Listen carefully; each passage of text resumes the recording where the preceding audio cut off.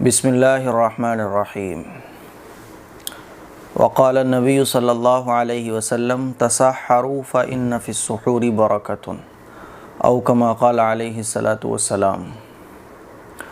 رمضان کی مبارک راتیں، مبارک دن چل رہے ہیں۔ ہم لوگ سحری بھی کرتے ہیں، پھر اس کے بعد افطار کرتے ہیں اور دن بھر نمازیں، قرآن مجید کی تلاوت اور دوسری عبادات کرتے ہیں۔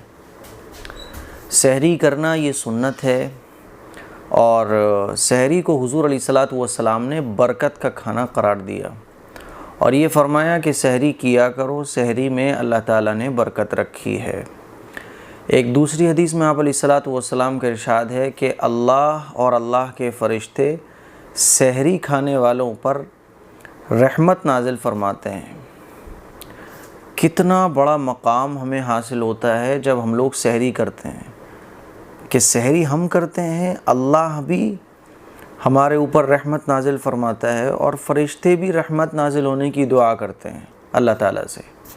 تو یہ کتنا بڑا مقام ہے جو سحری کرنے پر ہمیں حاصل ہوتا ہے۔ اسی طرح سے سحری جو ہے یہ نبی کی سنت ہے۔ ہمارے آقا صلی اللہ علیہ وسلم سحری کیا کرتے تھے، اور حضور علیہ الصلاۃ والسلام کے بارے میں ایک صحابی ارشاد فرماتے ہیں کہ ایک مرتبہ میں حضور کی خدمت میں سحری کے وقت میں حاضر ہوا تو حضور سحری فرما رہے تھے، تو آپ علیہ الصلاۃ والسلام نے ارشاد فرمایا کہ آؤ بھائی آؤ، سحری کھاؤ، یہ برکت کا کھانا ہے، اس کو کھاؤ۔ تو حضور نے سحری کو برکت کا کھانا قرار دیا۔ اللہ اکبر! اللہ کا کتنا بڑا فضل ہے، انعام ہے کہ اجر ملے روزہ رکھنے کا وہ تو ملے ہی، لیکن سحری میں ہم لوگ جو کھاتے ہیں اس کھانے پر بھی اللہ تعالیٰ نے اجر رکھا ہے اور اس کھانے کو برکت کا کھانا قرار دیا ہے۔ اور میں ایک بات ہمیشہ کہتا ہوں اپنے لوگوں سے کہ سحری ہمیں کرنا چاہیے۔ آپ رات کو چاہیں 1 بجے سوتے ہوں، 2 بجے سوتے ہوں، لیکن سحری میں اٹھ کر سحری ضرور کرنا چاہیے ہمیں۔ بعض لوگ کہتے ہیں کہ وہ صبح اٹھنے کے بعد جو ہے نا وہ طبیعت نہیں ہوتی ہے، سحری میں کچھ کھانے کی من نہیں ہوتا ہے۔ تو حضور علیہ الصلاۃ والسلام کا یہ بھی ارشاد ہے کہ سحری کرو، چاہے ایک گھونٹ پانی کے ذریعے ہو یا ایک چھوارے کے ذریعے سحری ہو، لیکن سحری کیا کرو، سحری نہیں چھوڑنا چاہیے۔ تو پتہ یہ چلا کہ ہمارا دل کرے نہ کرے، لیکن اتباع سنت پر عمل کرتے ہوئے، سنت کی اتباع کرتے ہوئے، حضور علیہ الصلاۃ والسلام کا فرمان ہے، اس سے بڑی چیز مسلمان کے لیے کیا ہو سکتی ہے کہ ہمارے نبی کا فرمان ہے۔ تو سحری ہمیں کرنا چاہیے۔ طبیعت نہیں ہو رہی ہے تو ایک گھونٹ پانی کے ذریعے ہی کر لیں اور ایک کھجور کے ذریعے ہی سحری کر لیں، لیکن سحری کریں ضرور۔ اب آج کل تو 1 بجے 2 بجے سوتے ہیں اور پھر سحری غائب ہو جاتی ہے۔ باقاعدہ بہت سارے نوجوانوں کو تو دیکھا گیا ہے کہ وہ فخر سے بتاتے ہیں کہ بھائی میں تو سحری کرتا ہی نہیں ہوں، ارے میرے تو 15 روزے بغیر سحری کے، میرے تو 20 روزے بغیر سحری کے۔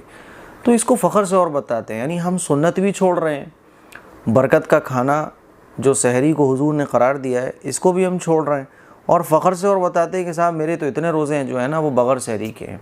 حضور علیہ الصلاۃ والسلام کا یہ بھی ارشاد ہے کہ یہودیوں کے درمیان اور مسلمانوں کے درمیان جو روزہ ہے اس میں ڈفرینس یہ ہے، فرق یہ ہے کہ ان کے روزے میں سحری نہیں ہوتی اور مسلمانوں کا جو روزہ ہے اس میں سحری ہوتی ہے۔ تو ہمارے اور ان کے بیچ میں روزے کا جو فرق ہے، روزے میں جو فرق ہے وہ سحری کا ہے، کہ ہمارے روزے میں اللہ نے سحری کو سنت قرار دیا، سحری کو برکت والا کھانا قرار دیا ہے، نبی کا طریقہ ہے سحری کرنا۔ اسی طرح سے ایک حدیث ہے جس میں حضور علیہ الصلاۃ والسلام نے ارشاد فرمایا کہ اپنے روزے پر، یعنی آپ حضور نے ارشاد فرمایا کہ سحری کیا کرو اور سحری کے ذریعے دن میں قوت حاصل کرو۔ یعنی جب ہم لوگ سحری کر لیں گے نا تو دن میں کمزوری محسوس نہیں ہوگی۔ سحری نہ کرنا یہ بھی سنت کے خلاف ہے، اور سحری میں اتنا کھا لینا کہ پورے دن کھٹی ڈکاریں آتی رہیں، آپ کے پیٹ میں پرابلم ہو جائے، یہ بھی سنت کے خلاف ہے۔ اتنا کھانا جس سے آپ کو دن بھر میں کمزوری محسوس نہ ہو، آپ کا پیٹ خراب نہ ہو، یہ صحیح طریقہ ہے سحری کرنے کا۔ اور اتنا کم کھانا کہ صاحب پورے دن کمزوری محسوس ہوتی رہے، یہ بھی صحیح طریقہ نہیں ہے، بلکہ ہمیں اپنی صحت کا خیال کرنا چاہیے اور سحری میں اتنا کھانا چاہیے جس سے جو ہے ہم پورے دن اچھے سے عبادت کر سکیں، ذکر و اذکار کر سکیں اور اللہ کی خوب عبادت کر سکیں، اور ہمارے کوئی پرابلم ہمیں محسوس نہ ہو۔ اور آگے حضور نے ارشاد فرمایا کہ دوپہر میں سونے کے ذریعے، یعنی قیلولہ کے ذریعے رات میں عبادت پر قوت حاصل کرو۔ مطلب یہ کہ دوپہر میں تھوڑی دیر سو لو، قیلولہ کرو، اس سے کیا ہوگا، رات میں عبادت کرنا آسان ہو جائے گا۔ ہم صبح سے شام تک اگر جاگے رہیں تو رات کو جاگنا بڑا مشکل ہو جاتا ہے، لیکن اگر دن میں ہم قیلولہ کر لیں، قیلولہ کہتے ہیں کہ کھانا کھانے کے بعد دوپہر میں تھوڑا سا آرام کرنا ہے نا۔ اب روزے میں تو قیلولہ کیسے کیا جائے گا، دوپہر میں کسی بھی وقت میں تھوڑا بہت آرام کرنا، یہ قیلولہ کہلاتا ہے، سونا نہیں، آرام کرنا۔ اور آج کل اس کے فائدے تو میڈیکل سائنس خوب بتا رہی ہے، باقاعدہ کئی ملکوں میں تو میں نے سنا، اخبار میں ہم نے رپورٹس پڑھی کہ کئی ملکوں میں، چائنا ہے، جاپان ہے، کئی ملکوں میں تو باقاعدہ یہ سرکاری قانون بنا ہوا ہے کہ جتنے بھی آفس میں کام کرنے والے لوگ ہیں، جب دوپہر کا ٹائم ہو جاتا ہے تو وہ چیئر پہ بیٹھے بیٹھے یوں قیلولہ کرتے ہیں، کیونکہ میڈیکل سائنس یہ کہتی ہے کہ آدمی جب 15-20 منٹ دوپہر میں آنکھیں بند کر کے ریسٹ کرتا ہے تو وہ بہت زیادہ انرجی اس کے اندر آ جاتی ہے اور وہ کام بہت زیادہ کر لیتا ہے۔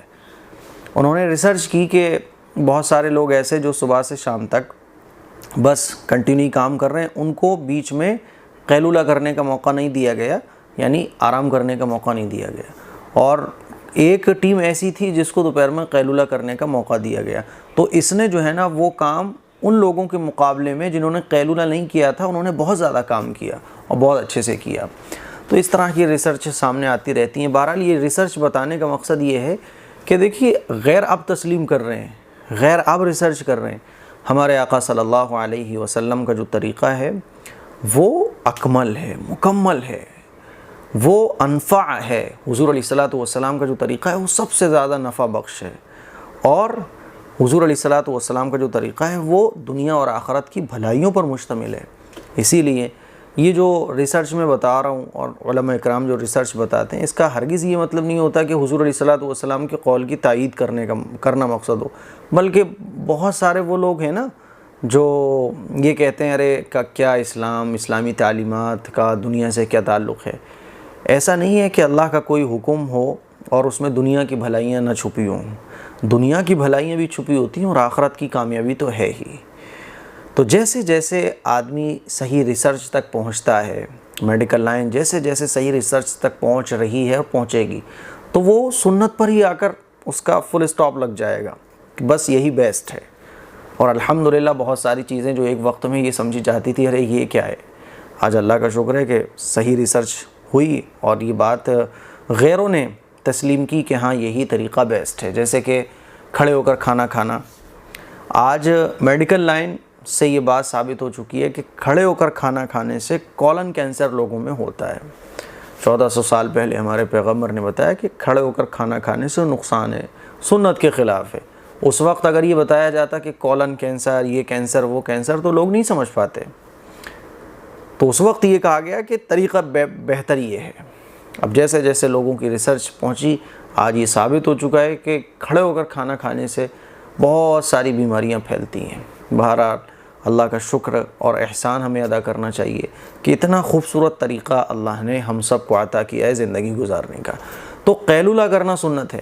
ہمارے حضور علیہ الصلوۃ والسلام دوپہر میں کھانا کھانے کے بعد قیلولہ فرمایا کرتے تھے، اور قیلولہ کرنے کے بڑے فائدے ہیں۔ آپ تھوڑی دیر قیلولہ کر لیں نا دوپہر میں، تو آپ بہت اچھے سے کام رات تک کر سکتے ہیں اور بہتر انداز میں کر سکتے ہیں۔ آپ ڈپریشن کا شکار نہیں ہوں گے، آپ کو تھکاوٹ محسوس نہیں ہوگی، آپ کے سر میں درد نہیں ہوگا، ٹھیک ہے نا، بشرطے کہ آپ رات کو جلدی سوتے ہو، یعنی سونے جاگنے کا آپ کا ٹائم ٹیبل اچھا ہو۔ بہرحال حضور نے ارشاد فرمایا کہ دن میں قیلولہ کے ذریعے رات میں جاگنے پر قوت حاصل کرو۔ رات میں جاگ کر عبادت کرنا، ظاہر ہے جب آپ کے اندر آپ کو نیند نہیں ہوگی، اور آپ رات میں تبھی جاگ سکیں گے جب آپ کو نیند نہیں ہوگی۔ تو جب بندہ قیلولہ کر لیتا ہے، کوئی بھی شخص جب قیلولہ کر لیتا ہے تو رات میں جاگنا آسان ہو جاتا ہے۔ میں جب مدرسے میں پڑھا کرتا تھا تو جس دن میں قیلولہ نہیں کرتا تھا، وہاں مدرسے میں تو کھانا کھانے کے بعد سارے بچے دوپہر میں سوتے ہیں، 1-8 گھنٹے سوتے ہیں، آرام کرتے ہیں، پھر اس کے بعد ظہر کی نماز کے بعد پڑھائی شروع ہو جاتی ہے۔ تو جس دن قیلولہ مس ہو جاتا تھا تو بس آپ یہ سمجھ لیں کہ رات 10 بجے تک ایسا مائنڈ بھاری ہو جاتا تھا پڑھتے پڑھتے کہ پھر پڑھ تو رہے ہیں ہم لیکن مائنڈ میں ویسا نہیں آتا تھا، کیچنگ پاور بہت سلو ہو جاتی تھی، اور 11-12 بجے تک تو پھر نیند آنا شروع ہو جاتی تھی۔ لیکن جس دن قیلولہ کر لیتے تھے، میں کر لیتا تھا اور بھی ہمارے ساتھی تھے وہ کر لیتے تھے. تو قیلولہ کرنے کے بعد ایک تو مائنڈ بہت فریش ہو جاتا تھا، کیچنگ پاور اچھی ہو جاتی تھی، اور 10 11 12 1 بجے تک ایک دم نیند کا کوئی دور دور تک پتہ نہیں ہوتا تھا، اور پڑھائی بہت اچھے سے ہوتی تھی، یاد اچھے سے ہو جاتا تھا. کبھی آپ اس پر عمل کر کے دیکھیے، قیلولہ کرنے کی عادت بنائیں، بے شمار فائدے ہیں. بہرحال جو مجھے آپ لوگوں سے گزارش کرنی ہے وہ یہ، تسحروا فإن فی السحور برکۃ، کہ سحری کیا کرو، حضور کا ارشاد ہے، کیونکہ سحری میں اللہ نے برکت رکھی ہے. ہمیں اور آپ کو سحری کرنے کی عادت بنانا چاہیے. اگر ہم لوگ آج سحری کرنے کو چھوڑ دیں گے، دھیرے دھیرے دھیرے دھیرے آنے والی نسل ہے وہ بھی سحری سے دور ہوتی چلی جائے گی، اور ایک ٹائم وہ آئے گا کہ نوجوان اور آنے والی جو ہماری جنریشن ہے وہ اس کو پتہ ہی نہیں ہوگا سحری کیا چیز ہوتی ہے. جیسے بہت ساری چیزیں علماء اکرام بیان کرتے ہیں نا، تو لوگ کہتے ہیں ارے ایسا بھی تھا، ایسا بھی تھا، کیونکہ علم نہیں ہے لوگوں کو. اسی طرح سے آنے والی جنریشن وہ سحری کو بھول جائے گی. اچھا سحری بھی کوئی چیز ہوتی تھی پہلے، اچھا سحری کیا کرتے تھے. تو کوئی بھی ایسا موقع ہم نہ آنے دیں جس سے حضور علیہ الصلاۃ والسلام کی کوئی سنت ہماری زندگی سے ختم ہونا شروع ہو جائے. اسی لیے ہم کوشش یہ کریں کہ سحری کریں، خواتین بھی سحری کریں، مرد حضرات بھی سحری کریں، بچوں کو بھی سحری کریں. سحری مس نہیں ہونا چاہیے. اللہ تعالیٰ عمل کی توفیق مرحمت فرمائے. وآخر دعوانا ان الحمد للہ رب العالمین.